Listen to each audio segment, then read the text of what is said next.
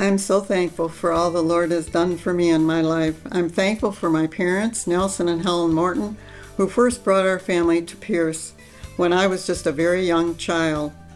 They also introduced our family to Lighthouse Christian Camp, and as a young child, I asked Jesus into my heart and life at a family camp.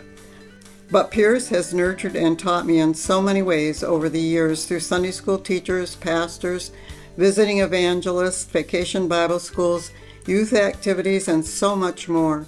I recall some of the saints who have gone on before us and made an impact on our lives, such as Harry and Alice Anderson, Stan and Virginia McGill, the Alton Dailies, the Jerry Atkinsons, Walter and Shirley Kaufman, Neva and Neil Fouts, and of course, my parents and grandparents, just to name a few.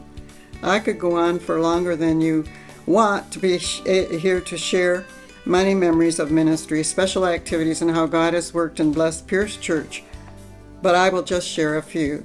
My early memories are of attending church in Cox Hall on the Roberts Wesleyan campus after the church had burned. Then in my young teen years, this facility, now known as Parmenter Chapel, was built. It was a blessing to have a partnership between Pearce and Roberts in the building of this facility. What is now the youth loft was college classrooms when it was first built. We attended college classes upstairs and in what is now the Friendship Center and College Chapel services in Parmenter. My husband Jack and I met at Roberts and were married in Parmenter. That was then the Sanctuary by Pastor Wesley Parmenter and my Uncle Thomas Simpson. We were thankful we could be involved here at Pearce with our children, Marcy and Mark, in their growing up years, and then see Mark's family also raised at Pearce. Marcy's family have served the Lord in Michigan and Oklahoma. What a blessing to see the church grow and then add the current sanctuary and later the atrium and Family Life Center. The church was blessed again to have partnership with the college in the building of the classroom wing. I fondly remember Pastor Ray McGinnis and his desire to erase the church debt in 1983. My mind goes back to debt-free in 83. I'm so glad that the congregation responded to that challenge.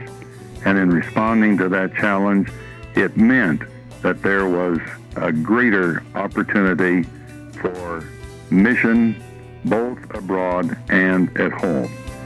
It was a blessing to the ministry at Pearce to clear that debt, and we believe that can happen again.